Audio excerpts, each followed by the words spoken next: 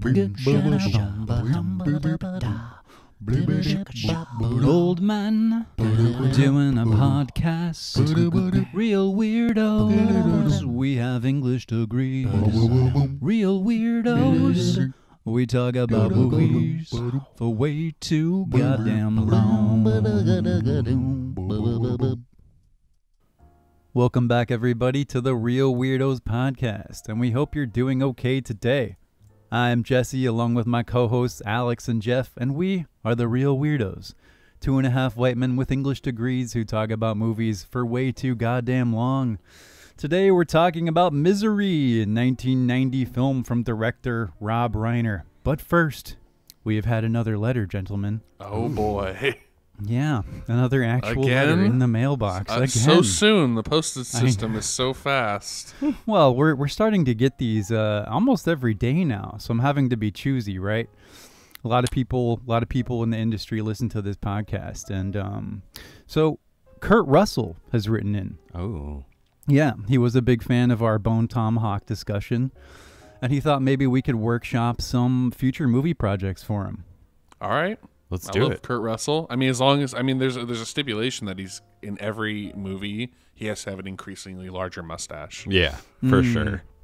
Well, I think the idea here is by 200% the next movie, but if we like multiple, maybe he'll take that under consideration. Hopefully, and, but it has to be like massive. There has to be a canyon in between the sizes of the mustache. So by the end, it's just dragging on the ground. Maybe we can fold that in here. If we like multiple, we could be like, first this one where you grow it out this much, and just increasingly large size mustache until it's enveloping the world. So we had 4 here. I ixnayed 1 because we actually workshopped it last week when we talked about Robert Pattinson, and that was Stargate 2. And similarly to how I don't want Pattinson in a Roland Emmerich film, I don't want any actor I like in a Roland Emmerich film. So it's just Roland Emmerich stopped making films. Yeah. Take up fishing. Yeah, just take up fishing, man. Go catch some bass. These disaster movies are they're pretty played out. So we ixnayed Stargate 2 right off the bat, but these other ones are interesting. So, number 1. John Carpenter is considering coming out of his filmmaking retirement for one last stab at a Snake Plissken film, with Kurt Russell, obviously, reprising his role. So it's set in the near future, and the idea is that there's no rescue mission per se, like an escape from LA and escape from New York, but it's just Snake Plissken trying to get out of America because the country has degenerated into a toxic hellscape of shootings, hunger, economic inequality, predatory and exclusionary politics, racial violence, all these things that have culminated into a sweeping culture war. Plissken, Kurt Russell, has had enough and wants to escape. What do we think? Yeah, easy. I have some timeline issues that we would need to address. What do you mean? Well, what year does Escape from New York take place? Like 1999? I don't remember. It is future dystopian. Yeah, we're talking those year original in films the movie. Were future dystopian. I think. But they were like future that's already passed. Like, was it like 2008 or something? Like, I don't know. Like, I'm pretty sure the year in that movie was not quite that far off from when it was made. No, so this is also future dystopian, but I mean, reading it kind of sounds like today. So that's the thing, right? Is it kind of plays into like almost satire at this point. I don't know if Carpenter is aware of that per se, but I mean, is it Escape from America or Escape from Earth? So yeah, so the title of the film is Escape from America. Yeah. It's great because it's like also kind of the antithesis of Coming to America. So there could be a play on that somewhere where it's like Eddie Murphy's just like on the ground as the rocket goes away or whatever the plane. He's just like, what? I spent all this time. I just spent 20 years making a sequel to get back here.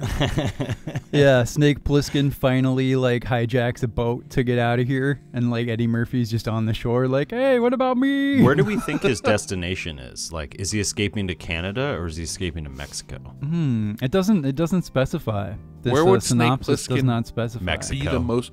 I'd like to Mexico. know where Snake Plissken would be the most comfortable, so he no longer has to be escaping in his life anymore. Mexico. Right. Because Easy. he's escaped enough. What are you running from, Snake? Is it the fact that your first name is Snake? No, that's the one thing to embrace. That's the best part of all. I don't know. I think that, I mean, first name Snake, that just screams bad childhood, broken home to me. Well, you look at his character. I mean, that's he's a kind of prisoner. given, He's a felon, right?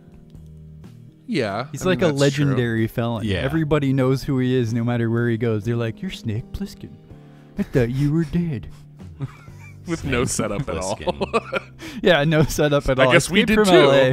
That's the Escape from LA audience. is particular. See, this is the thing about the timeline is like Escape from LA is particularly terrible in almost every facet except for the character of Snake Plissken. So I feel like the logic of the timeline is kind of like whatever at this point. I don't know. Yeah, of course. Yeah. The whole aspect of anything with these movies is whatever. I don't blame them. So, Escape from New York, the future, the dystopian future that Snake is escaping from is 1997. Okay. Yeah, dude. So it's Yeah, not a lot so worse. Perfect. Yeah. It'd be That great whole New if York thing, like that's like an ideal now. Everything's worse than that. I got it. I've had the You got stroke of inspiration, folks. A stroke. So Snake has escaped from LA, right? And he goes Okay. into hiding. Whatever, we call that timeline what it is. Now he comes back, but it's just today, like regular. But he acts like as if it is 200 times worse than the murder rape dystopia that he had just came from and escaped prior twice. So it's just like he goes around, he's just like walking around Wall Street, like watching investors like swindle people, and he's like, no, it must be stopped. And he just like goes over and start like 80s action roundhouse kicking all these like investors in the face. He sees Yeah, like one yeah, I don't know TikTok, loses his fucking mind. Exactly. Just He just scrolls TikTok for an hour, Yeah. and he's like, well, we I must gotta escape go. this reality. And he just starts gotta killing go. everybody to free them from the reality just that they indiscriminately, just anyone on the Just street. everybody. He kills everybody. He becomes a supervillain called Snake Plissken, which just totally Yeah. makes sense. The thing about Snake Plissken's character is that he never really cared that much about saving people or like what was going on really. He just did it to like get the government off his back essentially. I think mostly he just wanted to be left alone to be a criminal, honestly. So he's David Koresh, So- basically. So it already works. He's like, Snake Plissken is basically Waco or Ruby Ridge, right? He's just this guy that's trying to get the Waco? government just to fucking like lay off his back, just hyper libertarian. See, I was thinking he was coming back into LA, but it's like Turns out he he's wakes cute. up in traffic falling down style, like Michael Douglas, and it's just like sitting there and it's like, wait, what? I gotta get out. I gotta get out. What if Snake Plissken is Q? From the Like Bond? Q from Star Trek? No, Q from QAnon. Bond? Oh. QAnon. It's amazing that both of you didn't. That was the best. Because like, folks, we're Well, I we're in a filtered it through Discord my call knowledge that we of can see Jeff. each other. So it's really great. I'm just seeing both of those I reactions. imagined him in my brain for a moment as Q in Next Gen. It's just Snake Plissken's head, just like talking to Picard. on what is it, Delancey's body, just fucking. Yeah. Dude, I was thinking Judi Dench's body. Like, he's Q from James Bond or That's whatever. not even Q. That's M. Oh, shit. Is there a Q in James Bond? Q yeah, is, he's the gadget the guy guy. who does the He's gadgets. the tech guy. Oh, okay, yeah. Just imagine Yeah. really old Kurt Russell, like American West cowboy, just like handing James Bond like a Here's your revolver. shit, James Bond. Yeah, here's your I would sink like- shooter. Q. It blows up, you dumb fuck. Go Yeah, out see, there, that's you limey another one. prick, and This catch is some not on bad the guys. list, but Kurt Russell, if you want to play Q in James Bond movies from now on, I'm fucking down with that. Just play it as Snake Plissken, essentially. Shit. Or just so- Kurt Russell. Or just Kurt Russell. Yeah, so I think Escape from America, man, there's a lot of, you could go a lot of ways with this, I think. I think we might need to see like a more cohesive story treatment in order to give our total thumbs up or thumbs Yeah. down, but I think we agree it has potential. Also, it could lean towards the woke and dope crowd too much and become a pandering piece of shit. Not if John Carpenter's doing it, I don't think. You know? I don't know. Yeah. Has John but Carpenter anyway. ever been known to pander? Nah, he just does what he wants. Sometimes it works, sometimes doesn't. But okay, moving on to number 2 of 3. This one's interesting. So it's an untitled Jim Morrison future biopic. So the idea with this one is that a 57-year-old Jim Morrison at the turn of the millennium looks back on his life. So as we all know, Jim died at the tender age of 27 back in 1971. So there's a lot of potential, I think, for a good screenwriter in particular to theorize on the life that Jim Morrison could have had. And Kurt Russell as like an old Jim Morrison, I could totally see it. Oh, yeah. He really looked like him back in like the Big Trouble in Little China days, you know? Do we just need another Jim Morrison story though? We've only had like one. Yeah, but like We've had who the cares? Doors. I mean, you know, like it's like would he would have aged like every other aged rocker that survived today. Like he would have become Jimmy Page, just like old, fat, and irrelevant. no, dude, he was in Paris, right? So he becomes like a secret agent for Interpol. Then you find out he's actually just Snake Plissken instead of Jim Morrison the whole time. And you just revert Oh, back. wait. Wow. We're like tying this all the way back. Yeah. It's all just one mega movie. But Oh, I agree. Oh my god! I agree Wow. with We're Jesse. all signing part Kurt of Russell the, up for something way more The Kurt intense. Russell cinematic universe. Yeah. Yeah.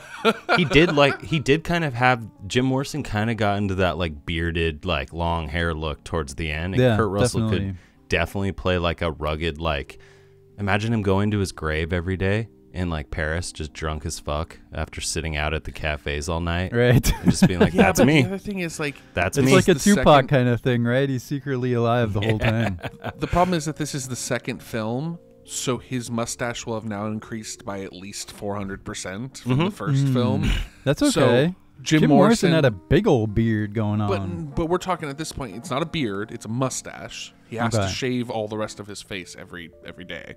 Okay. And Well, that's part of the disguise. by this time, I mean, I guess you'd be right. If you saw some like dude walking around Paris who's bloated, old, and fucking with like a 4-foot Fu Manchu, you'd be like, that is in no way Jim Morrison. It'll never cross your mind. Yeah, it would be like Yeah. that guy's homeless Gandalf. So it would I'd just still want to talk to that guy and figure out his so story. yeah. I might be a bigger fan of this just on the surface here than you guys, because I might be a bigger Morrison fan, bigger Doors fan. But I think the idea of like theorizing what like somebody who had major impact on the world would have done had they lived much longer, and doing that in a cinematic context is an interesting thought experiment, right? Because I don't know if we've ever seen that before. And like this could be an interesting venue to explore like a different kind of storytelling. It's like, you know, future biopic. It's just, I don't know. I find it interesting. It might be a European film or like a TV show where it's about like Hitler and he wakes up in modern like day Europe, and it's like about how he has to just like go about and just become a normal person. It's like darkly humorous, right? But That sounds almost like a Mel Brooks film. yeah, you could definitely take that in like a very strange direction though. Like what if Mao didn't die or some shit like that, you know, like Yeah, what I is would. this- If I didn't He just had to explore- come to America and like get a job waiting tables or like cooking chicken. I'd explore this theory with anyone else but Jim Morrison. I just No? don't. I just don't care about like what he would have. I don't think he would have done anything. I think he would have aged, like I said, like every other rocker did. They just stopped doing drugs and realized that was cool. And Well, then- but what they could have done and what you can write that they had done are Yeah, very that's different things. yeah, but that's you know? not.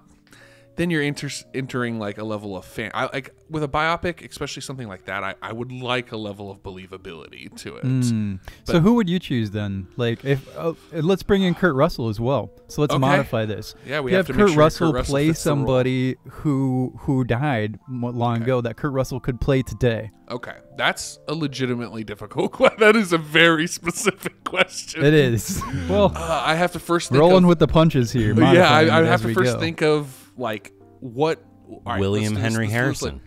Mussolini. Okay. William Henry Harrison, I think, like refused to wear an overcoat as his inauguration, got cold, pneumonia, and then died. So like, Yeah. Wasn't he the guy that invented the toilet? was it? I don't know. Fuck. No, That was No. someone else. We don't have history was- degrees, people. Was he? Was he? No, I'm just conflating episodes of South Park. That's all Yeah, that's was really he happening right gonna be a now. president, That's where I get most Alex? of my history from. What's up, Jesse? Was he gonna be a president? I don't know who that is. It was like at his inauguration. Like he was Okay. the president, and he was like, "I'm not gonna wear a coat. It'll look like a weak fucking move." And then he died of I look pneumonia. like a millennial Yeah, exactly. That's- before millennials. That's amazing. I know. mean, talk about toxic masculinity at its peak. Like, you're about to be president of the United States, and you're still in a time where that actually meant something. Yeah. Right. What year was that, Alex? Was that? When I think it was that? 19th century. Okay. 19th Yeah. century. Wow, or in the way Yeah, back. it was a while machine. back. Yeah, so that's what I'm saying. It was back when like he was president of like 8 people. Yeah, I don't know. I think we'll put a pin in this one. I think the Untitled Jim Morrison future biopic is interesting, but I do take your point as well, where it's like there's a level of sort of fan fiction going on there, and it's Yeah. also I don't know. It'd I be think very niche. You could argue that the only people who think Jim Morrison changed the world are the people who are Jim Morrison fans. Because I wouldn't say change the world. I would say it had an impact. You know. well, yeah, I mean, you could Cultural argue impact. but so did every incredible band. Stop that came out of that diminishing era. Jim Morrison. You I fuck. just I will don't not have this. understand like bros who are super into Jim Morrison. Like I just don't get it. It's like he was the same. He was brought a great like a more musician. intellectual level of lyricism to what was like pop rock music at the time, and he like made. They were one of the first for sure. He made. I like The him Doors because were of the still southern. making music when like the Beatles were like singing about like putting like butter on bread. Well, not even necessarily that, because I love the Beatles too. It's just with Jim Morrison and the Doors, they're just so quintessentially like Southern California, LA band. Like when I listen to their music, it just has a vibe to it that is different than like the New Jersey Stax like recordings of like Motown or like Chicago. And it's like, it just, I don't know. But he definitely brought in the more like, oh, I read fucking Robert or William Blake and Yeah. you know all this shit. Like I don't Yeah. know. He brought the intellectual Well- like sexy poet thing to the stage. So English nerds fucking have a big heart on for him. I get it now. Yeah, Makes sense. Yeah, I don't want to linger on this too much longer. Yeah, they definitely, no one has ever sounded like them, but I digress. Kurt Russell, I could see him playing an old Jim Morrison. I guess maybe not in this context. I don't know. It's a little too open. But let's move on to this last one here. So it is well known that Kurt Russell has played Santa Claus in a variety of films, and he's considering reprising the role as jolly old Saint Nick in a sequel that I'm sure you guys are gonna love. That's right, it's Christmas with the Cranks 2. As you Isn't that may or already a may movie? not recall, in the events of the first film, the entire world seemed to be involved in some form of Christmas cult, resulting in Tim Allen and his family being ridiculed and tormented into celebrating Christmas. It was really quite unsettling, actually. Well, the cult in the sequel is alive and stronger than ever in 2022, and Tim Allen is now an alcoholic recluse. It's up to the townspeople and even Santa Claus himself, played by Kurt Russell, to show him the error of his ways. Isn't Christmas with the Cranks 2 already a movie? No. Okay. It's about to be. It's in production as we speak. Is it? Oh, well, I guess they're already making it then. I don't know if Kurt Russell is attached or not, but what do you think about this? I don't know. Like, give me another idea that makes me want to kill myself. Like, I don't know. I don't understand. This is stupid. This is a dumb idea. Don't fucking reprise stupid fucking movies. This is What are you dumb and I talking hate about? you. But Kurt What? Russell will be in it. You make me angry. Kurt Russell, we know you're listening. Jeff's angry at this. I'm angry at you. I'm angry at this What? idea. Yeah, I didn't that's right. I didn't write this. I know What are you talking didn't, about? but I'm angry at you for bringing it up. I'm angry at you for accepting this letter and bringing this stupid fucking movie back into our lives. Well, when this was Like, oh, on hey, the you hate list, something. You want to be in production of the sequel to it? when this was on the list, I knew I had to include it for obvious reasons. We loved doing that episode, you know. I mean, Sure, Yeah. loved is a So strange way to put So it. it's interesting there, right? Because it does transform the original idea here into almost like magical realism, right? To use a term that Alex loves, where Santa Claus is actually real, and this cult is real, and they're all hell-bent, including Santa Claus himself, on pestering Tim Allen into celebrating Christmas. so He'd rather just drink. I'm trying to think of like how we would set this up. Are we going to give Tim Allen any type, like, are we going to give him a machine gun? And then is it him against the Christmas cult and Santa? Is like Kurt Russell going to be the villain? Like, is he the let's cult make- leader? Or is Make Tim Allen like an old racist, because then he can just method act it, because it would be not far from where he is now. Is Tim And Allen then- racist? oh yeah. I don't know, probably. Oh yeah. Okay. I did not remember know hearing that. some shit about him like throwing the N-word around. Everyone, do some research. Let us know in the comments. Or don't, and just like be like me. I'm trying to get some input here. Come on. Or in the comments, just tell me how I'm wrong all the time, and that will equally be engaging. And I'll guarantee to respond to each one of them. I'm a fan of that. But it's like, I think we should have him just be a big fat drunk racist. That way, it's like boom, slides right into the role, and then Santa Claus has to convince him that minorities are worth their oxygen that they breathe, and then that would be the movie. I'm quoting Tim Allen here, dude. Yeah. I get it. Oh my god. I'm quoting the character. Like, okay? so I'm Kurt not- Russell could show Tim Allen, hey, you could be fat, white, Christian, Judeo-centered, and still be a good guy. You don't have to be racist. Exactly. Right? But this kind of turns the original sort of like axis on its head, right? It tilts the axis because in the first film, you sympathize with Tim Allen because like he just wants to not celebrate Christmas, and this weird cult is like burning crosses on his lawn. Like, you know? Well, he would be the one burning the crosses. It does flip it then, Ooh. right? Like, It flips the script. did he get converted right? at the end of the first one, though? I think What, to- so. what? You know, honestly, Clan? to being a Christmas The weirdo, Christmas clan. To the honestly, Grand Dragon. the fan theories that we concoct, I say fan theories, the theories we concocted that like were our own plot lines during that episode are more in my brain than what happened in the actual movie. I don't remember. Like what's in my happening brain, movie. it's like Tim Allen going on a rampage and killing everybody, or like hanging from the Christmas lights from the I just from remember the his fucking neighbor. house. His like old white fat neighbor that was always giving him that like look, just like You think you could run away from Christmas? huh? It's like now he's like super old, like he's in a wheelchair, Yeah. like decrepit. He's like, you think you can run away from progressives, don't you? Oh God. Oh, I don't know about any element of this. I really don't. Good. I hope it doesn't make it in. it'll be a good summer blockbuster for sure. Summer. It's Christmas with the Cranks. Yeah. too. That would be awesome. Oh, it's like an action The way movie. you said summer. Oh Um, All right, so out of these three, what do we think? I mean, none. They're all Escape from put America? Put them all in the barrel. Escape Put 'em from all in the America garbage has the barrel. most potential to like really grind at the gears of just society and provoke a reaction. So I'm gonna go with that one. yeah, and plus, like, sort of redeeming the trilogy, ended on a good note instead of Escape from L.A. Mhm. Yeah, I'd be interested to see that. I think that'd be my strongest out of the three. Jeff, Yeah. not into any of these.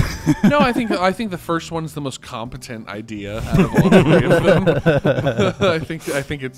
I think as Kurt Russell's mustache lengthened throughout the movies, reality as well started to stretch, and we kind of arrived at an area there that I can't quite get behind. Well, we so ended I'm with pretty Santa sure- Claus, so that's I'm the pretty longest sure- mustache of all. I'm pretty sure I'll go with the first one. All right, Kurt Russell, let us know what you think, but we're going with Snake Plissken, baby. Escape from America. All right, well, with that out of the way, let's move on to our film today. As I said earlier, today we're talking about Misery, year 1990 film from director Rob Reiner, the Goo Man himself. Mm-hmm. And it tells the story of Psycho 2, The Kathy Bates Motel, starring hilarious reaction shots of James Caan's face. Alex, this was your pick, so tell us what's going on with Misery. Yeah, so I chose Misery this week because, like, I feel like it's less thematically brilliant on the surface than some of the other films we've been talking about and we will talk about in the future. So much so that it almost toes the line on Friday night TV blockbuster. But I felt like it was always a tad underrated, and it was always, when it's suggested to people to watch, it's a little half-cooked. My summation is that Misery is like a fantastically made movie, both in regards to mechanical aspects and plot, where it's just so originally unnerving that Stephen King had to write it, right? And it stirs up so little controversy, I feel like, in the film world. It's such a generally accepted, just like, yeah, this is a good movie, that I feel like it hasn't been given its due diligence and when it comes to film discussion, especially with just regular movie-going audiences. I think it's subtle, I think it's clean, and it's tight enough to make the message very sharp and severe. And it's impossible to deviate from the claustrophobia and the fear of the house in the middle of nowhere. And the film combines elements of different horror genres and feels like it could easily be like a primordial template or precursor for horror films that make us squeamish today, like Hostel, Saw, Stalker films, things like in that vein. Things where you're trapped with a psychopath. Exactly. Those kind of movies. Yeah. Yeah. When did you first see it? Ooh. Not close to when it came out because I was a tiny little baby. But It'd have been like 1. probably I was in 6th or 7th grade, so I was 10, 11, or 12. Oh, damn. And it was one of the first times I had seen a horror movie. My mom was showing me this horror movie that on its surface was it didn't have any of those normal conventions, right? And I didn't really understand what psychological thriller meant then. So I was like, where are the monsters? Where's the ghost, And when I watched the movie as a child, I remember just being blown away because I was I just didn't know you could make a story like this. Yeah, we've talked before about the sort of borderline between what differentiates a horror film from, I don't know, something a little darker, a little more twisted. And it's always the human element. Yeah. When the human is the monster, it's always the potential for it to be legitimately horrifying is magnified 1,000-fold because humans are more fucked in the head and capable of terrible things than any monster we've been able to conjure in all of recorded history. But before I jump into all that, Jeff, this is your first time seeing Misery, right? Yeah. What'd you think? I really enjoyed this film. I definitely think it's a movie. It's not breaking any barriers or anything like that, but it's tight, it's clean. It has really solid themes coming from the fact that the source material is a book by a very famous writer, Stephen King. So you have this kind of, not breaking the fourth wall, but almost meta-narrative going on with this idea of a very popular writer who's known for something, having fans that only want him to do this one thing, and him wanting to branch out and do maybe something different. And we all know Stephen King had a lot of pen names. So to me, I felt a lot of themes of kind of writer's angst and writer's frustration coming through in this movie, and then just kind of hyperbolized to the degree that it is in this really creepy, we'll talk about Kathy Bates in more detail. We will talk about Kathy Bates. But yeah, just incredibly creepy performance by Kathy Bates just really drives home this character that not only is terrifying, but you want to see stopped. I have not hated a character or a villain this much since Game of Thrones. I've not wanted to see a character get their comeuppance more since Game of Thrones. And to be honest, we'll talk about the finale, but I'm not so happy with it. But interesting. Overall, yeah, tight movie, really great, and genuinely disturbing. Yeah, it's a cool performance. We will get into that, but we have touched on the Stephen King element, which warrants some discussion. Not only does it have those echoes of the writerness, Stephen King likes to have that sort of meta element in a lot of his stories. He even appears himself in the Dark Tower series, for fuck's sake.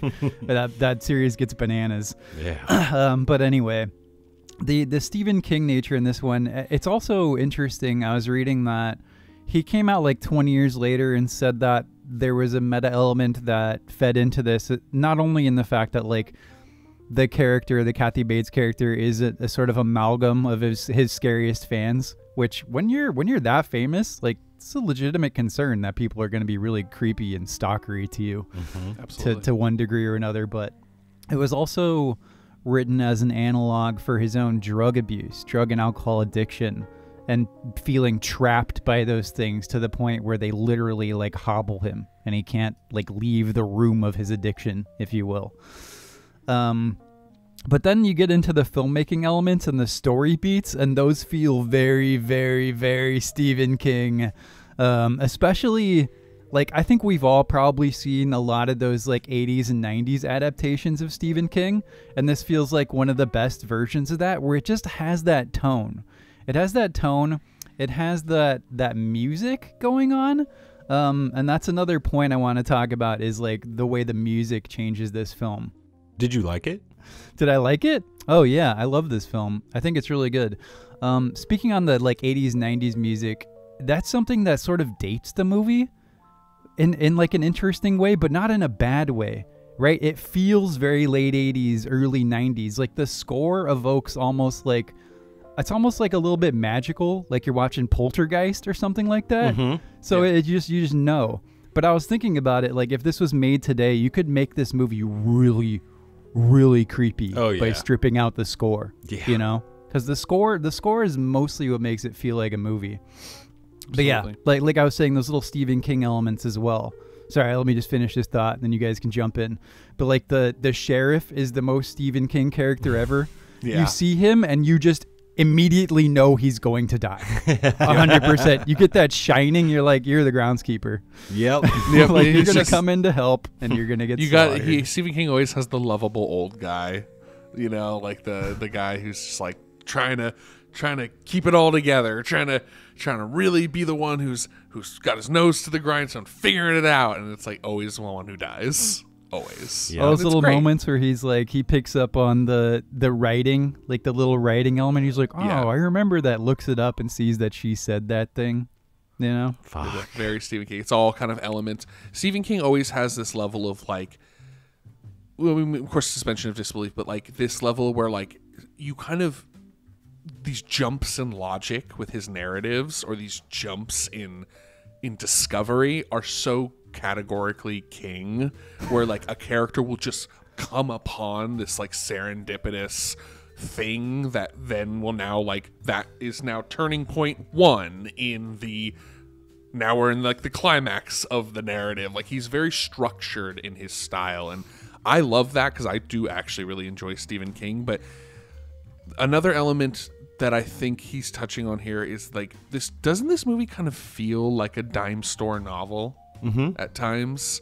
Like a misery novel, right? Like a misery novel, or like, you know, when you would go through the checkout at Food Max when you were a kid, and they would have those like, you know, $2-3 romance novels, and it would always be like some Fabio looking motherfucker on the front, and then you would like but like their faces were cut out. It had like a hole in the cover, remember, and you would open it and then the actual picture would be inside. These were like these dime store novels, romance novels, but like this movie had that sheen to it. And because the author in the film is that type of author, he makes those like romance novels. To me, that speaks to a little bit of brilliance in filmmaking, to be able to kind of tie all of these feelings together with no central narrative structure. Do you think the movie has that sheen, or do you think the story has that sheen? You mean the movie specifically? I think the story, well, I think it's because Stephen King is that also kind of that type of author, at least viewed by some of his fans as that, or by some of his critics as that. More, I think more so. Is like, King is the dime a dozen, 8 books a year, you know, 1,000 of them stack in the discount counter kind of author. I think I see a lot of criticisms of him like that, and that's true. He does write a lot of just stuff that gets forgotten. Yeah. And that's fine. But I think a lot of that is being explored in Paul's character, is like this person that is feeling like, am I a fraud because this is the only type of writing that I do? Mm-hmm. Yeah, he wants to break away from doing the Misery novels. By the way, I love the tie-in of the Misery. That whole the title of the film, like echoing in these different ways, right? Where it's the title of the novel, but then it's also just, obviously the tone of the film. It's like the whole thing is about misery. Yeah. It's about being, chained up by this psychopath lady. Yeah, just to finish, my idea is basically like the novel has this concept, and then the filmmaker Reiner was really able to capture that aesthetic and then implant it on the film itself. Like, this film feels like the jacket for the VHS would be that same dime store cover novel. It feels right in that pocket. I was going to say that the reason that I say this movie is like fantastically made is because I feel like all of these pieces fell together like perfectly. And I feel like Rob Reiner and Stephen King are a very good pair when it comes to adaptation. Like, it seems to me one of the most unadulterated like Stephen King stories as far as it gets translated to film. And I wanted to comment on the meta aspect here, because Stephen King is talking about, himself kind of like being a writer and whatnot. I think that it really goes to the heart of what Jesse was saying of, imagine you're a horror writer and you've thought and imagined all of these crazy monsters your whole career, your whole life, right? And then you start to like contextualize your own personal story as a writer into like this horror thing. And when Stephen King was writing this, he said like it was kind of like he was genuinely scared while he was writing the story because it felt so close to him and it felt so real. It's not about some fucking clown with a red balloon or anything like that. He's like, it felt some like clown alien. Yeah, some fucking crazy like thing. And it's the most, I want to say, besides maybe like The Shining, it's one of the most adult movies or adult stories that we have from Stephen King, where the childish, like juvenile aspect of the 70s and the 80s is just non-existent. And that adds on to this tone of like, this is a miserable movie. I will say, I think he also got into a car accident right before he made this film.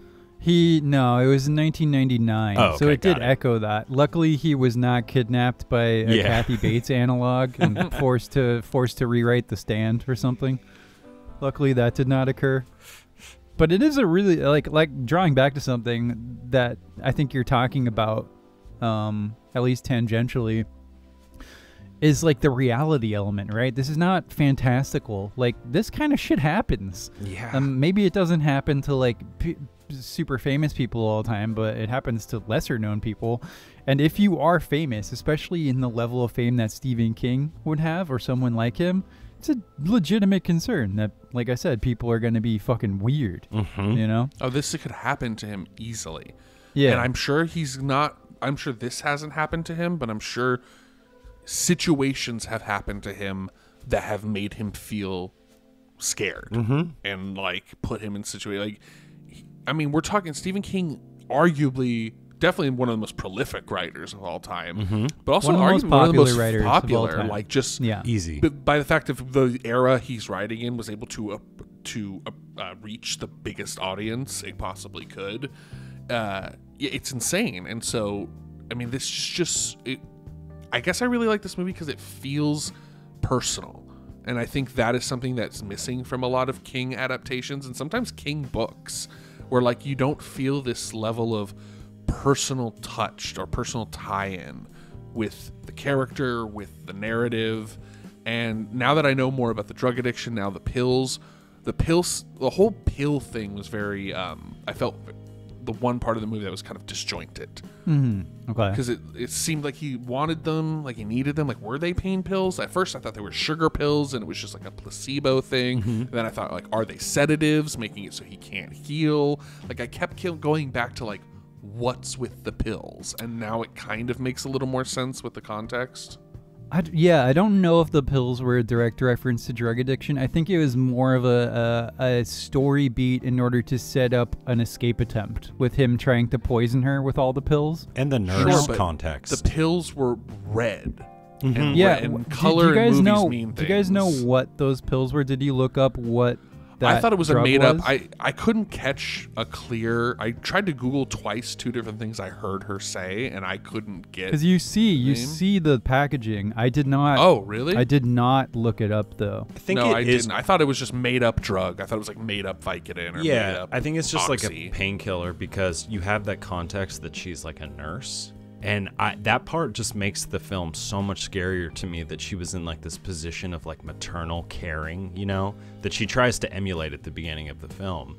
And like, you don't realize how much control sometimes medical professionals or like nurses have over like your well-being, especially when you're being held there. But I think it was a painkiller and a sedative that was like supposed to kind of like just drug him into this stupor of like being there. Either way, it didn't make sense because it was a capsule pill, which a painkiller would never be in. Yeah, quick- you it's kind too of have quick to release. like let it go for movie logic purposes, because he does need to undo them and like, Yeah, so do for the me, thing. well, he could crush it too if it was a tablet. Could crush it. But for me, I don't know. There's too much specific detail around the pills themselves to where I couldn't take my attention away from them as simple just props or got tools it. of narrative. The bright red color, the constant kind of close up, the slicing of the bed and like hiding your medication or like hiding your pills, something addicts do, you know, to try to stretch it out when you know people are controlling your meds. You know, you're like, okay, well, if someone gives me 2 Vicodin, I'll take 1 and hide 1, and then I'll have 2 Vicodin tomorrow. I get really high. It is like, know? it shows like how he's initially like the limits of his control and his like autonomy, right? Like getting the knife and being able to make a slit in your mattress, like doesn't seem like a big deal now, but like if you're being held hostage, you're like, you own that action, right? You're like, I was able to do this with no one telling me to do it. And like, I'm Especially subverting injured. the authority right now. And I think that it does set up that story beat that Jesse was talking about, where it's like, you have this culmination where you're like, you know, the pills need to be used in some way. You know, he's going to try and do something with them. And you're like, is he going to like take them all like to heal his pain? Or is he like, I thought he was going to try to kill himself. yeah, I like, was or is like- he going I to was like, oh, damn. and then you figure out what he's going to do with it. But like, I love how this movie steps up this kind of descent into like panic, but it's so rigid and so structured that it all makes perfect sense. The typewriter, the paper, the pills, the little bobby pin, like it all just will culminate into like these props will serve the plot in this very simple way, but it's just so clean that like, I don't know, I just appreciate it when things are made much simpler like that. But the pills could have more of like a metaphorical meaning with the context of the drug addiction. Well, if you think about like that whole kind of the situation of control, like you're talking about, like the fact that she's in this constant state of control over his movements, what he's doing, and then eventually starting to control the narrative of his own books and the course of his own life is such a horrifying aspect that you don't need to embellish on very much, because it's something that's very relatable to all of us. Is this this idea of someone else controlling your creativity? Like, I think some of the most uncomfortable moments were that moment where it was right after, spoiler, killed the sheriff, and he's kind of finishing her version of the novel, and he's like, well, like, you know, I appreciate your criticism, but, you know, this is how that is so uncomfortable to me when somebody takes ownership of someone else's creativity and like says, well, I think it would be better if you did it this way. It's like, but you don't understand the 200 hours of thinking about this that went into this before you heard the 20 seconds I explained to you. So no, it doesn't make sense. But so there was a lot of that, and it was all felt really real. And then that relationship never felt fantastical. Even after she kills the sheriff, like they're sitting down and he's typing again, and it's like, it didn't feel disjointed though. It felt like, okay, he's just got to keep playing along. It's the only way he's going to survive. So I don't know. I thought that was to the movie's credit. Well, one of the things we've touched on here relates to the core of this film, at least for me, which is we talked about the agency that he has in very small ways, right? Like being able to like mess with the pills, like get a knife and slit the mattress open. And that feeds into, like I said, the core of it, which is claustrophobia, right? And the fact that this is a movie that mostly takes place in a single room. We've talked about this before, how we admire when films are able to do this. 12 Angry Men is the classic example, always bring up. But then there are more, contemporary examples, Hateful Eight and stuff like that, where it's like a one environment movie almost. You do leave with her a little bit. There's some moments here or there, but like the emotional core of the movie, like no matter if the camera leaves, if the movie leaves that room, you're still in that room with James Caan. And that's like a really interesting, like psychological thing that I think is really interesting when movies explore. And I think it's really well done in this movie, especially drawing in like James Caan's reaction shots, right? Moving on to that. They're fucking hilarious. Yeah. They're so perfectly done where it's like you're trying to placate the insane, right? Like, what do you do when somebody is so wild and so unexpected in what they bring to the table in terms of like talking to you? Like, she could just fly off the handle anytime. And he's like, okay. Yeah, that's a great idea. No, I love you too. Like the moments when she gets insane and you cut to his reactions. I don't know. Even though the movie was horrifying in a lot of ways, I was like, I texted Alex when I was watching. I was like, this is my worst nightmare to be trapped by someone like this and have no agency. But I love how you brought that even up. then though. Yeah. Because it's funny because James Caan himself commented on that aspect of the film. And he was like the 10th person in choice for this cast. There was a whole slew of actors in front of him. I've got him. We're gonna do those later. Okay. So he said, I decided to take this role because it was different than the roles I had taken before. He's like Sonny in The Godfather. He's like Brian Piccolo or Gale. No, I think it's Piccolo. Well, he's like this very like energetic actor, right? And he has like lots of lines of dialogue and things like that. And he's like, I feel like this was the first time that being a totally reactionary character would like improve my craft as an actor. So he took it, and that is like a way you can measure this movie, or a good metric of how scary or tense the situation is how much sweat James Caan has on his face in different shots. Like at the beginning, it's like a little bit beady because he's like in pain. And then it just starts to get like, he starts to figure out what's going on to him. And it's just like, when you're like, oh shit, like, this movie is fucking like he's going down right now, but he was perfect. I loved him in the role. I don't think that it could have gone to anyone else. This movie had the most incredible makeup artists. Like we're not talking like practical effects here or anything. We're just talking not blood splattered Kathy Bates at the makeup. end.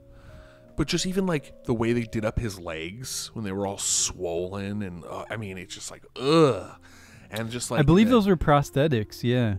Actually, it's just just makeup department, like just this idea of like just dressing up him to look so injured was really great. Oh, and yeah. There's a lot of close-ups, like you're saying, of like sweat or like really like detailed shots for 1990. Yeah, this movie 90, was made? yeah. Yeah, there's like really high definition shots of like close-ups of like you really like see the different like hairs on Kathy Bates' face and stuff. It's actually like really tight shots on these actors, and they do a great job of changing their aesthetic via makeup. Like the scene when she comes in and it's raining, and what I would consider that a moment of clarity for a psychopath is when they kind of have moments where they kind of go like, I'm the problem, I'm crazy, what am I doing? And I kind of felt like that was like that moment for her where she was like kind of having this realization like, oh, he doesn't love me. Like, this is totally insane what I'm doing here. And, do you think she had one of those moments? I think that's what that scene was her. I mean, obviously she's still in a level of psychosis because she has like the gun and is threatening him, but it's a very real moment where she's addressing all of this kind of fake shit that had been hanging in the air. She's like, you don't love me. That's kind that you say that you do, but I know you're just saying that. Like, I understand that you're trapped here and that sucks. Like, she's kind of like giving him all of the realization of the situation, showing him how fully aware of it is. And it's actually quite horrifying, because up until that point, you can be like, okay, well, she believes that she's doing the right thing. But in that moment, she's going, no, dude, I know I'm wrong. I know I'm bad. When she tells him, like, you're very nice for saying so, but I know that you don't love me. That is like, it goes to what Jesse was saying about, like, how can I placate you? What am I supposed to say to you? If you don't even believe, like, your own lies now, like, we're all fucked. Like, yeah, well, then, like, they dress like she's got the wet streaked down hair. Her makeup is, like, not done. It's a very plain face. Like, they choose when to highlight aesthetic choices in characters' demeanor and their body. It's so important in a movie that's very dressed down like this, where it's all about the actors. Yeah, this movie's almost like subtle body language is another character in the movie. It's excellent filmmaking across the board. Not just with the character, like the actors and the characters, but I think it can be overshadowed by the feel of having this like 80s 90s movie, because it definitely has that feel. But if you're paying attention to like all these things Jeff is saying, or what we're saying about the claustrophobic environment and the utilization of a small space in terms of filmmaking and having it feel dynamic, then it's really well done. It might be the best thing I've seen from Rob Reiner. But one more element on the claustrophobia of the filmmaking, I love it when he finally leaves the room, because you're like going into a whole different world, but it's just 5 feet away. And I thought that was like a really neat trick, you know, that the movie plays on you. It was just really, really cool. The house's layout is as foreign to you as it is to Paul. Yeah. And that's a super cool aesthetic to do, because to that point we haven't seen anything beyond that door. So as he breaches the door and he looks around, you're like, yeah, he's the audience. Like, where would I go? Where's the door? Paul. Dude. You are Paul. Yeah. You're exploring along with him. You're no further than he is, you know, in his understanding of this. That is so key in a horror movie, a true thriller, is to be able to seat every audience member in a believable position. And that's why I think modern horror sucks, is because it's all about like grandiose monsters and shit that comes out of walls, and it's like, all right, cool, well, I don't believe in any of that shit. There's a lot of good horror these days. I think there's a lot of good thrillers still today, but I think something like this, which is like the quintessential thriller. I mean, how many times I'm happy I remember this, because I want to ask you guys this. How many times have we seen this movie spoofed? I mean, I've seen this narrative spoofed so many times. Always Sunny did it. South Park's done it. Like the idea of like the super fan capturing you and like controlling your narrative and your story. And like I almost remember like direct almost quotes from this movie and other, like I've just felt like I've seen this movie spoofed so many times. Yeah, to that point, it is worth noting that there are films that have touched on similar themes throughout the years that were pretty popular. Like I have one of these open actually, probably forgotten at this point because it was 1962.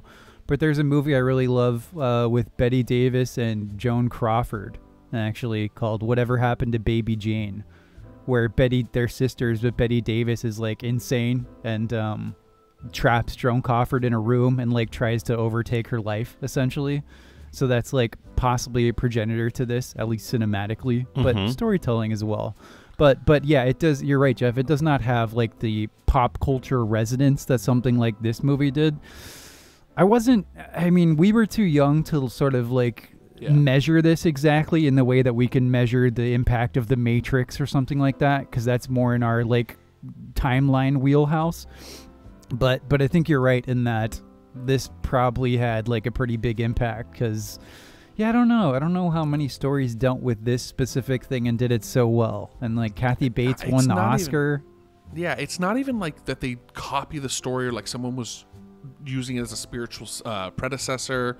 It's just more like the themes presented are so digestible and presented in such a way that are easy to to bring in and easy to understand. Relatable, right? Relatable. We thank can you. all relate to the fear of this movie. That it's been be able to be used. I mean legitimate spoofs. Like I remember seeing in South Park like this scene of someone trapped in a bed with a typewriter and like someone standing over them in like a nurse's smock and everything. Like I've seen this shit spoofed before, but the also, I mean, and I'm wondering if you guys agree, like other movies that aren't quite this format but still take on this type of feeling. Like one movie jumped out to me immediately was Fear, Marky Mark. Fear, 1996. That movie was one of the first thrillers that I saw as a kid. I saw it in 96. I'm pretty sure it had like just come on to like VHS or whatever. So maybe it was like 97 because that took a while. And I remember the scene. I mean, him hitting his chest. I mean, I remember these scenes so clearly. And I had these same feelings with this movie. These same kind of correlations of this, I don't know, this type of focused thriller that has the same, even almost has the same music beats, these high strings, these maintained high strings that kind of just go out through an entire scene that drone in the back. I don't know. It's just something I'm pointing out. No, it's yeah. nothing. I'm not really trying to make a point here. I brought up Hostel and like Saw movies and stalker films like that. So like Fear falls directly into that. Cape Fear too falls like directly into like this another human being because of some slight or transgression that they viewed against you is like slowly carving away your autonomy and trying to like control your life. And this film just emphasizes it more for me, the feeling more, because you're in that room, right? Like you're just like you're in this bedroom. Like it's so interesting because the reason that I said that was at the beginning was like I've felt the energy or like the spirit of this film or like the essence in so many other things that have come after it that I always wonder, like I'm like, why is this movie not talked more about like a cornerstone or like a landmark? But you could go back to even movies like Rear Window and be like, that movie influenced this one, right? Almost directly. Oh, for sure. So Rob Reiner, when he was making this movie, watched all of Hitchcock's movies. Oh. And while this obviously is not quite as, classical and good as a classic Hitchcock movie, you can definitely tell the influence, and it's definitely like a movie that I don't know. I think he did a very good job in emulating the Hitchcockian sort of feel. I think he did a great job. Yeah. Yeah, I totally agree. This had that like almost the fear and pregnant silence that Hitchcock has that is so unique to his films. I think this movie captured that. There are scenes where it's just dead silent. And you can feel like this just total void around that room, like as if that room only exists for the sole purpose of keeping him there. Dude, that's it. Some of those pauses between like the room is the monster. I'm telling you, dude. That door. So there are shots with the door when it swings open and she walks into the room, right? Like there are different times. Yeah. Sometimes it opens gently. She comes in with her little tray of tea and food and crumpets, or like in there. It's like a stormy, rainy night, and the door just swings open, and the camera does this thing where they place it on the bed, and they tilt it, so like it's like when you wake up from being just woken up in the middle of the night, and you're in like REM sleep, and you're like your vision is like skewed, you have like no idea where sounds are coming from, and it does that so well because you're just like, oh god, here she is again. Like she's coming in. Well, it's like the room is the monster, the door is it's like gaping maw. Yeah. She is like the pestilence that spits out. You're just like, ugh. I had to laugh a few times at how some of the most simplistic jump scares ever really got me in this movie. Where it's not even the door. It's like he'll just wake up and look over and boom, Kathy Bates, and you're like, go away. And then Kathy you get mad Bates. at yourself. You're like, God damn it! Why did I fall for that? It's like it's hard to get me with those, but this movie did. It's very psychological, dude. Those pauses. I think it's one of the most interesting things we talk about, the moments of silence. It's like the only real thing that makes this feel super movie-ish, except for some of those like Stephen King story beats, is the music. Like I'd be very interested to see like an even more stripped down modern version of this without a lot of music. Dude. Like it would just be like this movie could be so much more unsettling if it didn't have that score.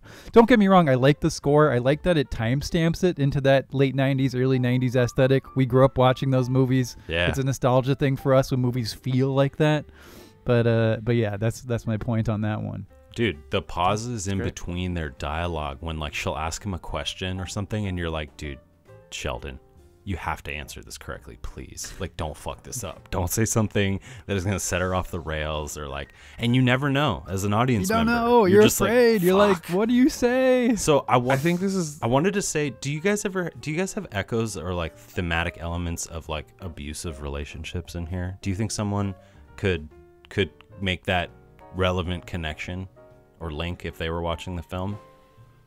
I think you could make a connection to a lot of different things if you wanted to. Like in the same way that it functions as an analog of substance abuse, you could make it about kind of abuse in a lot of different ways if you wanted to like put that narrative on top of it. Mm-hmm. You know? What do you think, Jeff? I mean, yeah, that could be read into. I think that's something that's kind of just organically happens because of the nature of their two relationship. I don't think it's something that's directly being addressed or is thematically. I don't think it's overt to the theme. Yeah, I think it's just something that can definitely be derived because this is an abusive relationship. It's a different type of abusive relationship, but I think that we're all kind of talking about the same thing, which is something I think we should just touch on real quick, which is, I mean, we've touched on a little bit, but Kathy Bates' performance is unbelievable. Oh, yeah. Let's get into these performances. Fucking like, Jesus. I mean, really just her specifically. Like, everyone else was great. Everyone else did their job, and James Caan definitely was the second best. But Kathy Bates scared me in a way I wasn't expecting and made me hate her in a way I could never thought possible. Dude, the visceral like feeling I had when he finally brains her with the typewriter over, I was like, ugh! I was like, get out of there. I was like, yes. Yeah. I felt kind of bad at like the animal like rage I felt, you know. So you're touching on an idea that is why people don't like Game of Thrones, is that the people who are critics against that show say they don't like it because they don't like how it makes them want people to die in horrible ways. Right. Because they create such awful villains that you're like to me, and I'm not embarrassed or ashamed of this at all. I was totally let down by how she died. Because for me, I was like, I want the sheriff's department of this place to come to this house and riddle this bitch with bullets. And I want a long shot of her body from top to bottom, just looking like Swiss fucking cheese. Like Glorious Bastard style. So much. Just like in some way.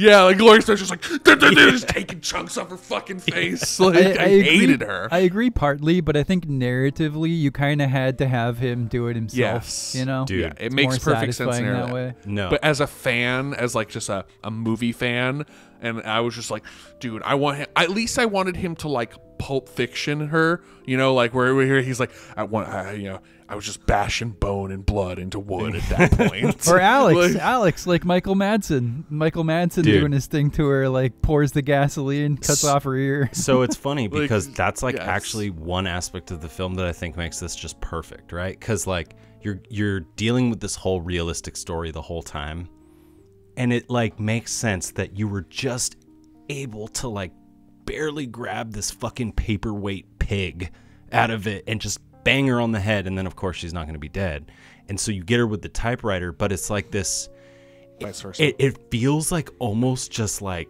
this weird fucking like you're like that wasn't like, you feel stunted, or it feels like you're plugged up still because you're like, wait, like did he give you violence blue balls? Exactly, right? And it's like it did. You're just like, no, I wanted you to like set her on fire and like throw her off of a cliff. I think that's indicative of the times, though, but dude, and of films, of what we expect. I also think it just shows this the was limits. Pre-Tarantino, you know. Yeah, it shows though like the limits of his autonomy, which he was grappling with the whole film. That he like that was a struggle, dude. That scene where he's like trying to fucking like, I don't know, that whole thing, and he's dragging himself because his legs are just broken.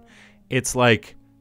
Oh, dude, that scene when she what do you call hobbles it? Him. Okay, so was it? Yeah, hobbles him. Yeah, that is definitely it's a medieval My milkshake Yeah. award.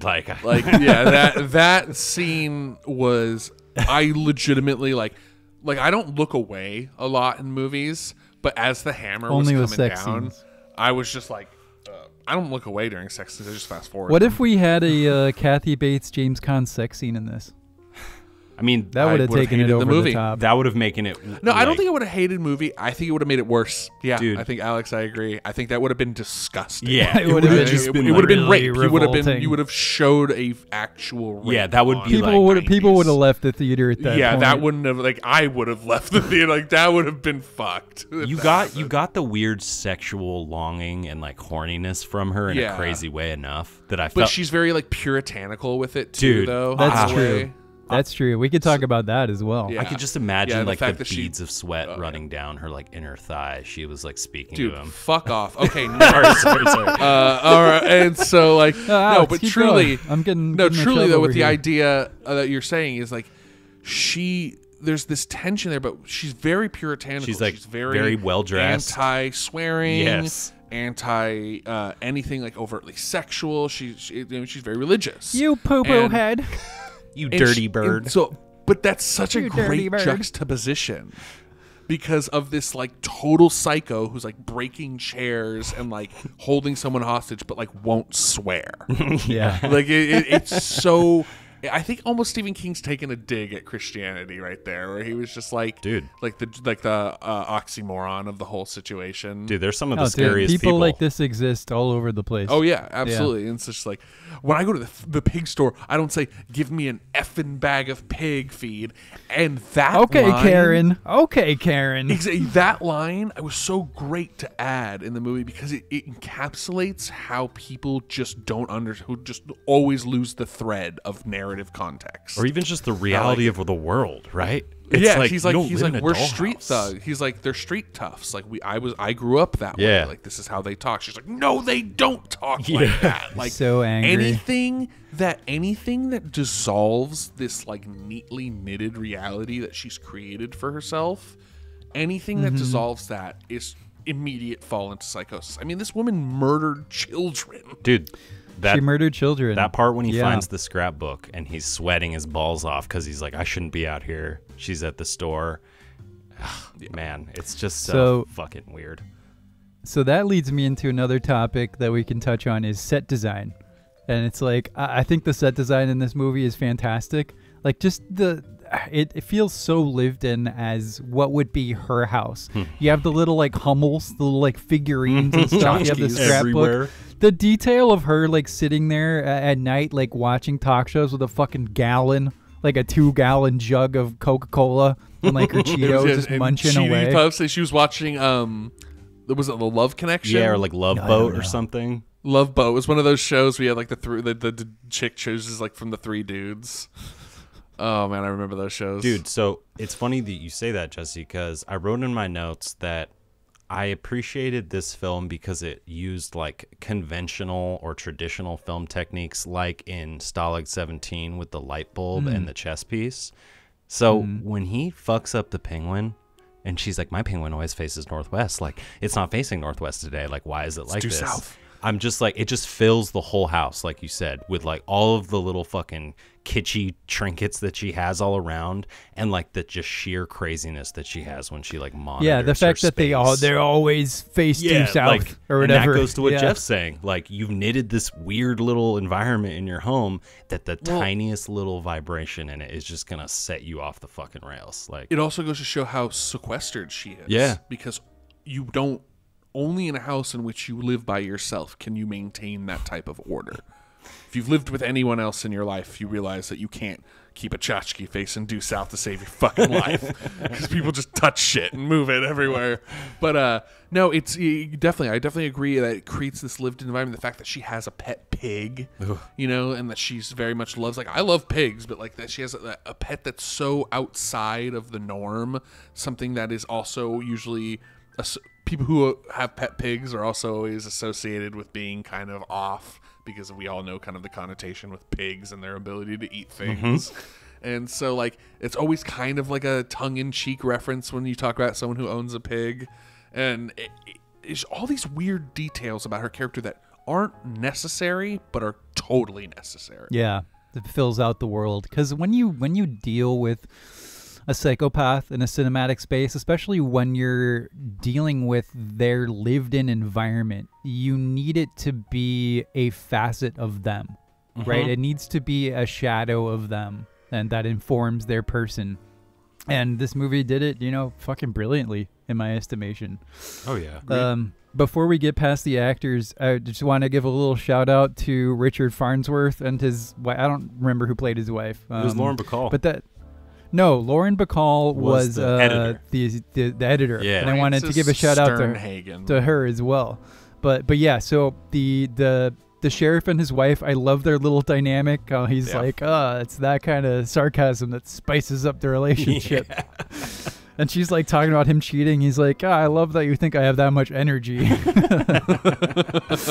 Their dynamic was hilarious and cute. Yes, it was. And I also just loved seeing Lauren Bacall. It was really cool to see her. If y'all don't know Lauren Bacall, starlet in the Golden Age, wife of Humphrey Bogart.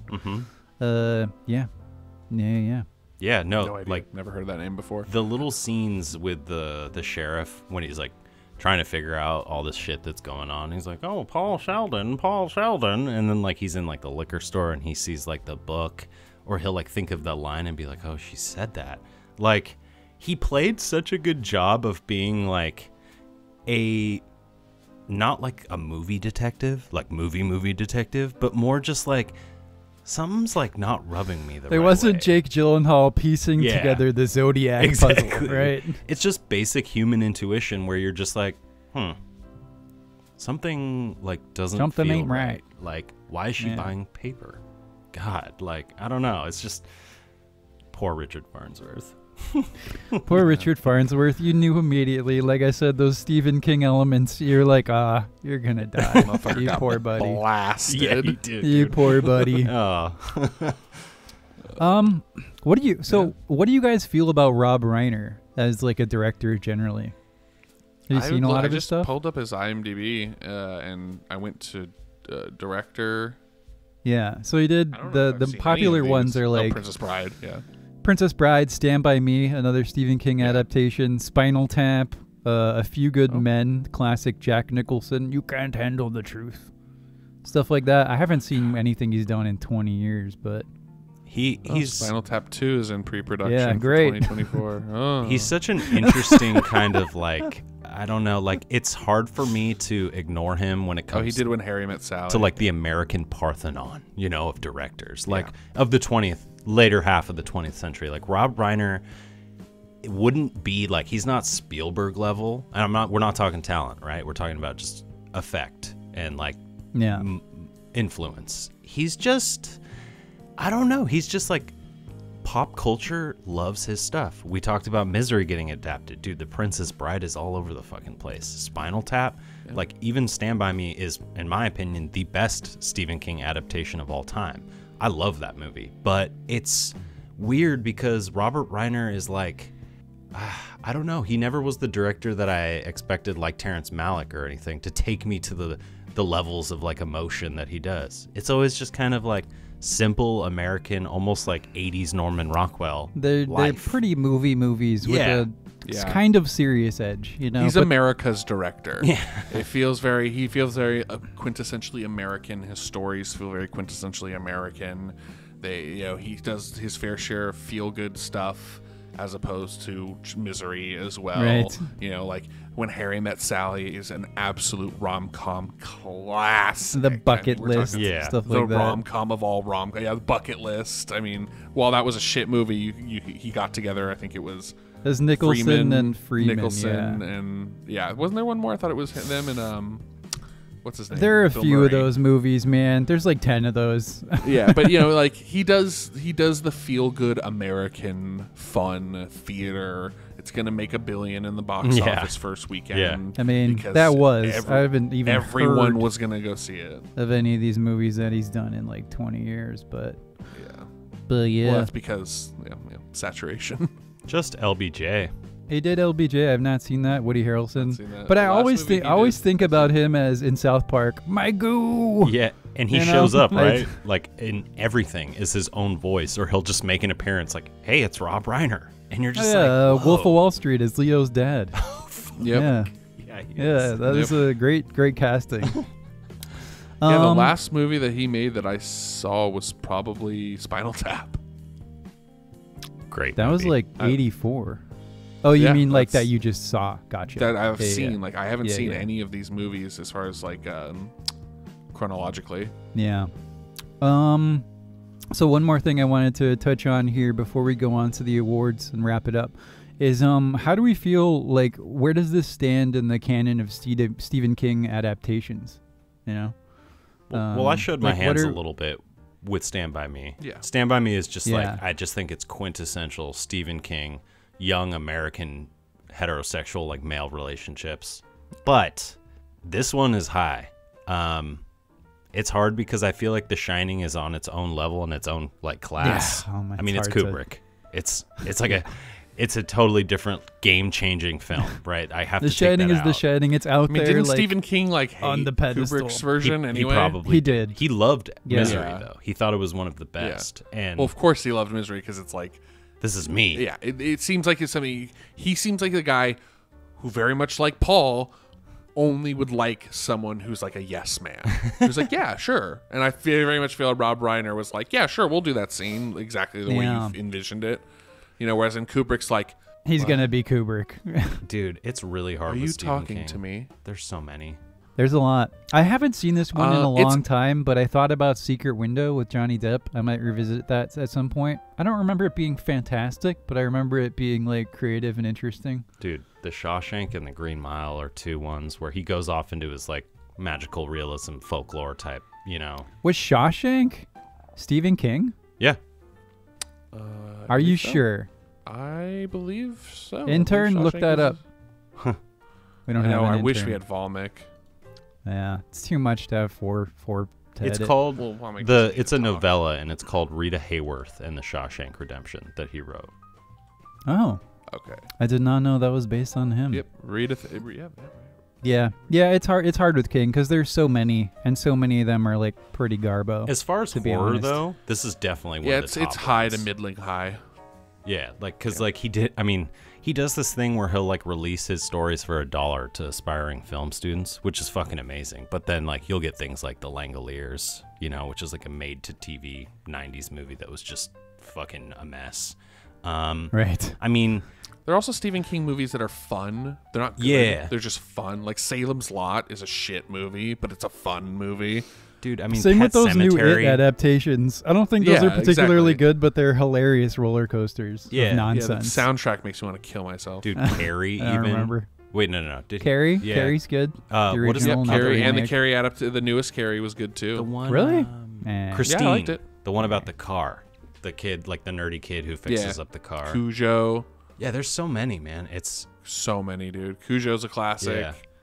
That's a big popular one. as far as horror goes, I will say I think Misery is definitely up there, but I do really like Doctor Sleep, which is Oh yeah, I enjoyed it's that as well. Much newer, and it's like I don't know. I just think I think they did that one really well. That's probably like the newest Stephen King adaptation that I was like, oh, I really like this. The Dark Tower I was so excited for it. Fuck Tower was Dude, that. it was such trash. a mess. Like, Well, you're gonna Hard turn the trash. Dark Tower into a 90-minute trash movie? Get the fuck out of life, my friend. Dude, that it needs was- to be 7 movies Yeah, with a good like- director, yeah. Like, or a mini-series or something. I was excited about the casting too, with McConaughey and Idris Elba, but I actually felt like they should have switched them. I don't know why. Idris Elba, Idris Elba. They didn't want to make the black guy the dark. I know, man. right? But like, Right, good point. I mean, even though it made perfect sense, McConaughey should have been the gunslinger, and Elba should have been the dark man. It should have been that way. The Man in they Black, because yeah. they're fucking woke Hollywood.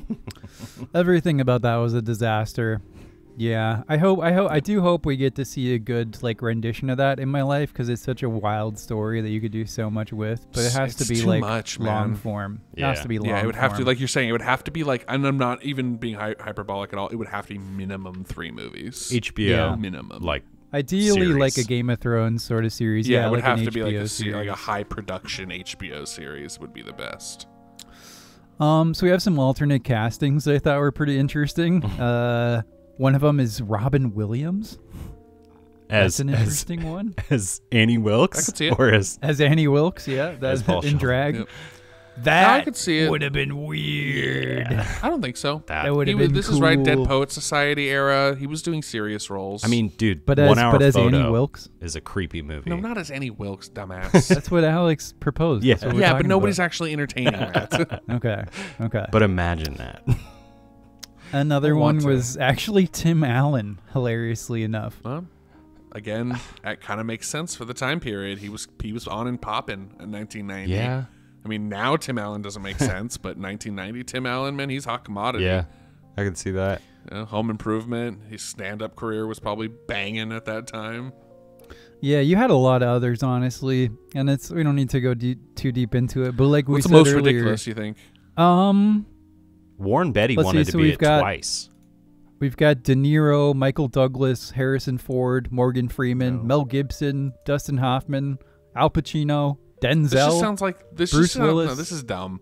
When you see these lists, these are because agencies and production companies. These send are the out- people that turned it down. Yeah, so They- that means they turned it down. Yeah, Yeah. exactly. So that just means that production companies just send these roles out to all Yeah. major actors. Yeah. And they all. So you could say this same thing for almost every major motion picture. So there's 3 Just here because- that I actually think would do really well that were originally asked but turned it down. Robert Redford was one. He would be a much more handsome Paul Sheldon. I would definitely get like the sexy Annie Wilkes, like just like, oh, I want to jump your battery. there might have had to be a sex scene. Yeah. If it was Gene Robert Hackman, which he would have knocked the fucking roll out of the park. I think Gene Hackman is one of the greatest actors of all time. I always imagine him at like 1990. I always see Gene Hackman as like 2000. Dude, he started Royal acting. Tenenbaums. He started acting when he was 36 years old. The dude was like, So he was already. Yeah. There's he was hope. already old. There's hope for us yeah, to make exactly. something of They ourselves, came out with boys. the French Connection, the Conversation, like. But Richard Dreyfuss is probably the best alternate casting. Like I could have seen him playing a very nervous, like Paul Sheldon. The way he plays that just like character in Jaws. You're an 80s wine mom, Alex. I swear to God. No, these are the roles, You're like, though. You're like, you know what I would love to see in this role? Rob Redford. Okay. yeah. It's like, yeah, okay, mom.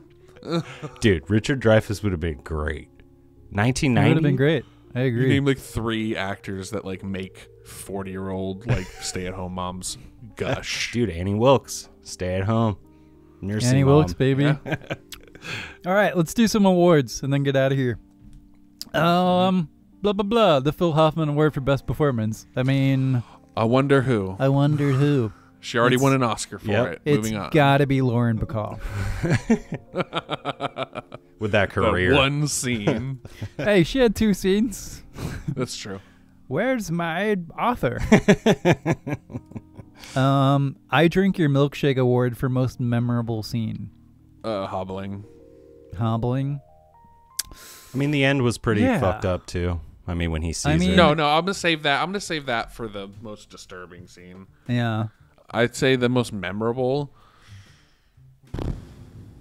When she has him burn his manuscript, the first version. Yeah, It is And the interesting. pain- That's like a really the pain interesting, on like, his face. ridiculously, terrible psychological moment. I think him Yeah, I like, don't know. crawling back to the room the first time he escapes to try and like hide his track.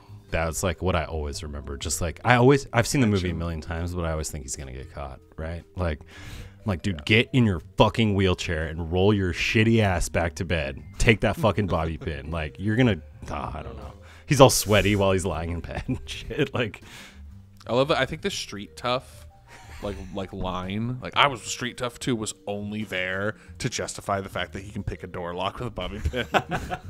I didn't even think about that. yeah, no, that makes sense. It's like it's such an unbelievably difficult thing. Well, he to had a do. line. He's like, "I've heard about this" or something. What does he say, Alex?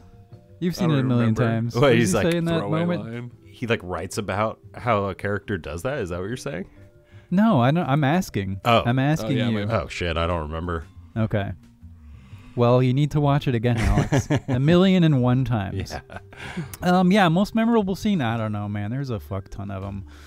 I hadn't actually seen this movie before. I don't think I said that. I've seen like scenes but I'd never like sat down and watched the whole thing, which goes into the fact that we talked about like this movie isn't really talked about that much.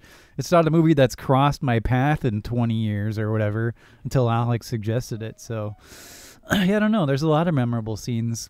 I think they tie into the Roller Girl Award for most uncomfortable scene for me. Is like, it's just their dialogue. Like the moments when she snaps out of nowhere, when he's just like, I love everything that you've done and it's amazing, but this paper doesn't work. And she just loses it. Yeah.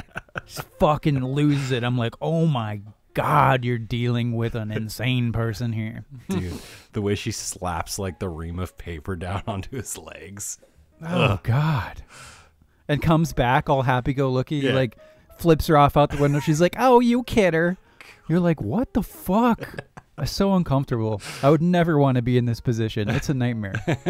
It's like this and prison are like my worst nightmares. Both of them involve captivity. Yeah. Exactly. So yeah, I guess that ties in. I don't know. Do you guys have a Roller Girl Award for most uncomfortable scene?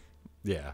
Yeah, Or is it just the movie? Yeah. Every time. Yeah, I'd watch when he's getting his legs broke. I the whole time I watched it, I didn't believe that was gonna happen. I was like, there's gonna be like someone's gonna interject. It's like something's gonna stop because his legs just healed, Dude. And it's like, and then she just snaps him over the on bar. the precipice of escape. He's like almost there, and you're like, no, not the legs. The like sound of the wood block as she's like scraping it against the floor. You're like, that thing's heavy. And then she like lifts it up, and like the whole demeanor that she's doing the whole time. She's like, in this time in the mines, they would do this to make sure the miners didn't walk away with diamonds. And you're just like, what the fuck is happening? And even him, he's like, okay, Annie, I get it. Please don't. Please stop. Don't do this. And it's just so slow. She's like making sure his foot is like all snug up against the block and everything. And then she like pulls up the handle of the sledgehammer, and you're like, oh, Jesus Christ almighty. And then it doesn't really cut away when it hits the foot. You see the fold. I did. I cut away. I was surprised that they showed that. Yeah. You know, I was surprised. I was like, oh, okay. All right, then. A little bit of like true horror kind of creeping in. Yeah, dude. Yeah. Richard Farnsworth getting blasted in the chest, though, and like he falls down the basement stairs. That was like the last shred of hope that I had for Paul the first time I saw the movie. I was like, oh, you're fucked, dude. Like the one guy who kind of had an inkling that you might have been kidnapped is see-through. It does do a great job with the hopelessness of the whole thing, you know? I could add to the uncomfortable scenes the fact that they had the fucking audacity to flip a 65 Mustang. I really hope that was a prop car with a Nah, body dude, kit that on was it. real. That shit was... Dude, how fucking dare you? Dude, in the 90s, I feel like those How cars were like... dare you. They were selling those things like hotcakes, baby. And now... That was a 65 Mustang. That weren't selling those cars like hotcakes, bro. Okay? Those cars were still classics in 1990. Beautiful car. They weren't selling any. They were selling maybe the 1990 Mustang like a hotcake. But that 65 classic hardtop... Just Do hotcakes really sell that well? I don't know, Jesse. I think it was the stacking imagery of the hotcakes, right? Like it would like be on a stack and you could like fling them out to breakfast goers. That was like that's what we're talking about now, Jeff. Yeah. Still my fucking time. What do you mean? You're on a podcast. Get with the times here. Frozen Banana Award for most comedic scene. I nominate James Caan's reaction shots. I was gonna say every reaction shot. Honestly, I love the way she says dirty bird. Anytime she calls him dirty bird, I'm like, you're fucking crazy. You're insane. Her parlance. Yeah, her parlance in terms of dirty insulting bird. people is ridiculous. When she's, I think for me, it's when she's burning the manuscript and he's like, his whole world is falling apart. And she's like, "Oh, good heavens! Good heavens!" Oh yeah, the She's ashes like batting start the going fire off the ashes, and it's like she's like acting as if like she knocked some dust around, and this Yeah. guy is like, there's like a Weber in the middle of a room with his like the piece of novel that was supposed to signify his moving on from this genre just burning. It's like not only now does he feel more trapped in this house, but now he's more trapped within himself. and this role of this person. Yeah, I like that read. Also, in terms of her language, the fact that she is so evangelical ties into her language use, you know? Like, good heavens, all these little things that when you can just connect the dots pretty easily. You're like, this is what someone like that would say. It's a good script. Oh, yeah. And I think with that, we'll get out of here. Any final thoughts on Misery, my friends? I think we've talked it up, man. Yeah. We've talked it up. This is a long one. Seriously. Yeah, great movie. Go check it out at on Redbox. I don't know. Check it out at your local video store. Your local video store, your local Blockbuster. Nicole, go check it out. Forever. What? That's from Fear, baby. That's from Fear. I wanted to say Fear? it when Jeff was bringing it up originally. Oh, I don't know that movie. If anyone gets to the end of Reference this, doesn't work you for haven't me. seen that movie, Marky Mark. I didn't even know that was a movie. he carves like Reese Witherspoon's like name into his chest and like breaks like a ballpoint pen. It's an incredibly disturbing movie. Dude, that movie is so good. I love that movie, man. Fierce. It's pretty fucking Now scary. I popped to both your watch. cherries. Well, All right, that's us done for the day. For those of you who have stuck around, thanks for listening to the Reel Weirdos podcast. We're 2.5 white men with English degrees talk about movies for way too goddamn long. If you want to spam Star Trek memes at Jeff, hit us up at Reel Weirdos Pod on Twitter, or say what's up in the comments section on YouTube. We like hearing your thoughts about these films, recommendations of movies you think we'd like, and even if you have a movie you want us to pitch, leave a comment about that too, or shoot me a secret email at realweirdos@gmail.com. So until next time, be well out there in the madness, stay weird, and we'll see y'all in the next one. All right, later, you dirty birds. my balls. Chicka chaka chapo. Now our podcast is done, and we have to run. We know it is sad, but we had so much fun. Don't be bereft, Jesse, Alex, and Jeff. We'll be back real soon. The Reel Weirdos. We talk about movies for way too goddamn long. Bo bo bo bo bo bo bo bo bo bo bo bo bo bo bo bo.